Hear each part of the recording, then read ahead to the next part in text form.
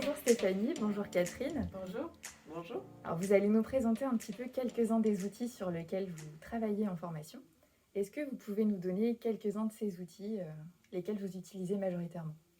Alors moi, celui que j'utilise le plus en premier lieu, je dirais que c'est le Pearl Trees, qui est une bibliothèque numérique. Parce que vraiment, dès que j'ai des outils sur le numérique en fait sur Internet, automatiquement, je peux le stocker dessus. Et quand j'ai besoin, je retourne en fait sur ma bibliothèque. Et en fait, on se les échange. Et on se les échange parce qu'on a toutes les deux un Pearl Trees. Puis après, il y a plein d'autres ressources sur ce Pearl Trees. Donc vraiment, pour moi, c'est un summum, Pearl Trees. En deuxième, j'irai le Kahoot parce qu'en méthode d'évaluation formative, c'est très pratique. Parce qu'on peut l'adapter à n'importe quel système de formation, que ce soit ou pour nous du pôle SAP ou de l'Hyperia pour les asthmates par exemple. Mais même sur d'autres pôles en fait, de formation, ça peut être adapté à n'importe qui. Et on peut faire en fait des très courts comme des très longs. Et ça, c'est assez interactif avec les apprenants. Et puis en dernier, j'irai un H5P parce que j'aime bien en fait le H5P parce que ça mêle plusieurs outils numériques. Donc je peux adapter du YouTube avec un quiz en fait en direct, c'est-à-dire que je vais prendre des vidéos que je vais entrecouper de questions. Donc l'outil H5P me permet en fait de prendre une vidéo et d'interagir avec et de pouvoir intégrer des images, des docus, des tableaux, etc. D'accord. Et toi Stéphanie? Un petit peu comme Cathy, donc le Pearl Trees, c'est vrai qu'on s'envoie quand même pas mal de choses. Et puis on a déjà une grosse bibliothèque, donc c'est plutôt pas mal. Puis ça permet aussi des fois quand on a des idées ou pas d'idées d'aller piocher et de dire ah bah tiens moi j'ai trouvé ça, toi que je te le remets et on fait des échanges. Ouais. Moi j'utilise plutôt Padlet aussi parce que quand il y a eu le confinement il a fallu développer ce qu'on n'avait pas sur le pôle SAP, c'est-à-dire du distanciel. Donc il fallait rendre ludique des thèmes qui ne l'étaient pas forcément.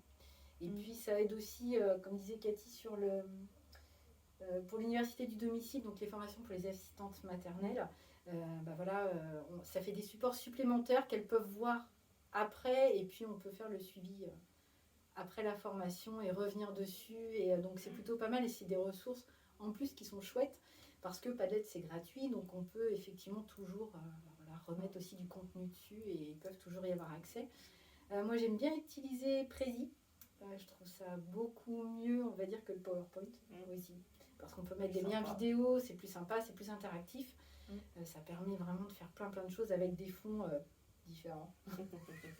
Après, on laisse libre cours à son imagination aussi. Et on en a pas mal. On a beaucoup d'imagination. Et trop des fois. C'est ça, il faut arriver à se calmer, à se tempérer. Et puis sinon, je me sers aussi du mind map. Les cartes heuristiques avec un logiciel qui s'appelle Xmind8 qui est gratuit. Et pareil, on peut mettre des liens, d'hypertexte, on peut mettre des liens vidéo, et ça permet, plutôt que de chercher tout de suite, de cliquer dessus, et puis d'arriver directement sur la page. Pour faire des déroulés pédas aussi, c'est super bien parce que ça se construit vraiment comme un schéma de pensée. Et on peut changer les choses de place quand on se rend compte que ça ne va pas dans tel ou tel sens.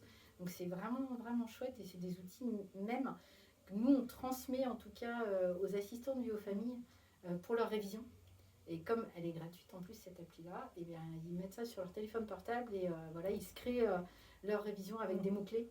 Et puis après c'est que des mots-clés qui vont faire un schéma de pensée plutôt que de mettre des phrases et puis de se perdre. On sait où on en est au niveau de la révision, donc c'est vraiment chouette aussi. Et puis pour finir, le Google Forms. Ça c'est super bien. Ça c'est super bien. Alors là, vous nous avez aussi plus ou moins mis en évidence les bénéfices de chaque outil. Est-ce que vous pourriez nous dire en quelques mots les bénéfices majeurs que vous voyez pour l'utilisation de ces outils? C'est ludique. Ça donne un autre aspect en fait de la formation. Parce que du coup, ça l'humanise. Voilà, on n'est pas sur ce côté scolaire qu'on a toujours tendance à penser quand on arrive en formation. Si on est une personne extérieure à un centre, je retourne sur les bancs de l'école. L'avantage de prendre des outils numériques, c'est que ça change totalement en fait l'approche. C'est-à-dire que non, on n'est pas juste avec un crayon, un papier. On a d'autres outils. Aujourd'hui on va faire ça, mais c'est vous qui allez travailler. Je vous donne un outil et tout est dessus. À vous de nous faire une synthèse, par exemple. Donc voilà. Et après on refait un retour. En groupe. Et ça permet aussi de savoir s'ils ont bien compris, comment ils l'ont compris, comme on a tous un degré de compréhension différent. Et c'est vraiment bien, on se rend. Je sais que pour l'avoir beaucoup pratiqué au niveau des Padlet, je me suis rendu compte que ça humanisait des sujets dont je parlais tout à l'heure, comme le deuil et la fin de vie. Le faire en présentiel, c'est pas forcément évident. Le faire en distanciel, il a fallu trouver effectivement des outils ludiques. Le Padlet en a été un. Et ça a permis vraiment aussi aux stagiaires de revenir sur des choses qu'ils n'avaient pas bien compris et de prendre le temps d'apprendre les choses et de les vivre en conscience et de les apprendre en conscience plutôt que oui, j'ai compris, puis après, non, en fait. Parce que souvent, on a des séances, pour rebondir, pour les stagiaires où ils s'ennuient en fait. Parce que c'est bon, quoi, ok, vas-y, fais-moi ton truc. L'alimentation, ça va, je connais, on en parle tous les jours à la télé. Et du coup, le faire différemment, en mode justement, faire un caout comme un brainstorming, mais en caout, avec des petites questions justement ludiques, c'est-à-dire des questions qui sont différentes, mais il y a 3 façons de répondre.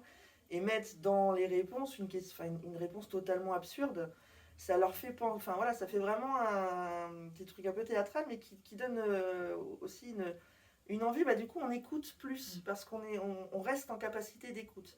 Parce qu'on sait tous que la formation, à un moment donné, l'écoute, elle s'étiole. Dès 100%, on va en récupérer que 20. Donc si on peut rebondir à chaque fois qu'un outil numérique qui remet cette concentration en place, là, on a un bénéfice énorme. Donc par rapport à du face-à-face de base que papier, avoir un outil numérique en plus, il y a vraiment des capacités d'apprentissage qui se font beaucoup plus facilement, je On trouve. se rend compte que les apprenants sont d'autant plus réactifs. Oui, réactifs. Et puis, sur la spontanéité, tiens, moi j'ai pensé à ça, et c'est vrai que ça leur donne envie de chercher davantage. Est-ce que ça favorise aussi la participation des stagiaires? Ah oui, complètement.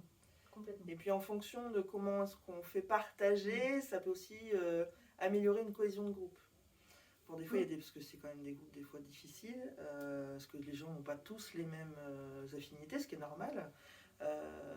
Les faire justement avec ces outils numériques peut aider à une cohésion de groupe. Ça, on l'a déjà vu en plus. Oui. Non, j'ai réfléchi en même temps, mais c'est vrai que ça a aidé à, notamment, là, puisqu'on vit depuis 2 ans, ça n'a pas été forcément évident pour les groupes justement d'être solidaires, d'avoir une émulation, d'autant plus en distanciel. Et ça a permis, on va travailler comme ça, même le WhatsApp, quelque part, ça a permis, alors c'est un autre outil, mais ça a permis aussi aux stagiaires de pouvoir travailler les uns avec les autres, d'avoir d'autres supports, de s'envoyer des supports aussi comme ça, de se filmer aussi. De se filmer, ouais.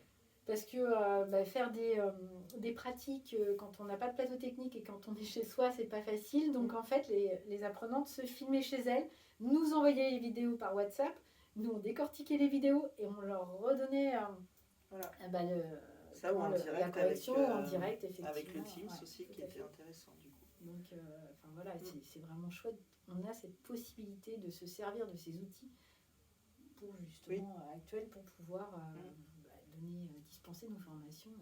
C'est ça. Et ça, on peut s'adapter en plus à l'avantage du jour au lendemain, je dirais presque. Moi j'ai Yuska là sur mon dernier groupe actuel qui est toujours là, presque en fin, mais il est toujours là. Une stagiaire qui avait des difficultés passagères, peu importe, mais du coup j'ai réadapté en distanciel pour elle sur des pratiques vidéo où donc j'avais mis en point un Teams et du coup elle faisait en pratique, je lui disais quoi faire comme si moi j'étais en fait la bénéficiaire. Donc on était bien sûr par écran interposé, mais du coup après on a pu justement débriefer, vous avez fait comme ça, là voyez, vous êtes monté, vous n'auriez pas dû, etc. Donc on est vraiment dans le direct de l'action, comme si on était en présentiel, mais en distanciel. L'avantage de ces outils numériques, c'est ça chouette, en fait, et c'était super intéressant. Beaucoup d'avantages alors à l'utilisation de ces outils. C'est clair. Et une fois qu'on est dedans, on n'en sort plus. Stéphanie, Catherine, merci pour ce partage. Merci. Merci à vous.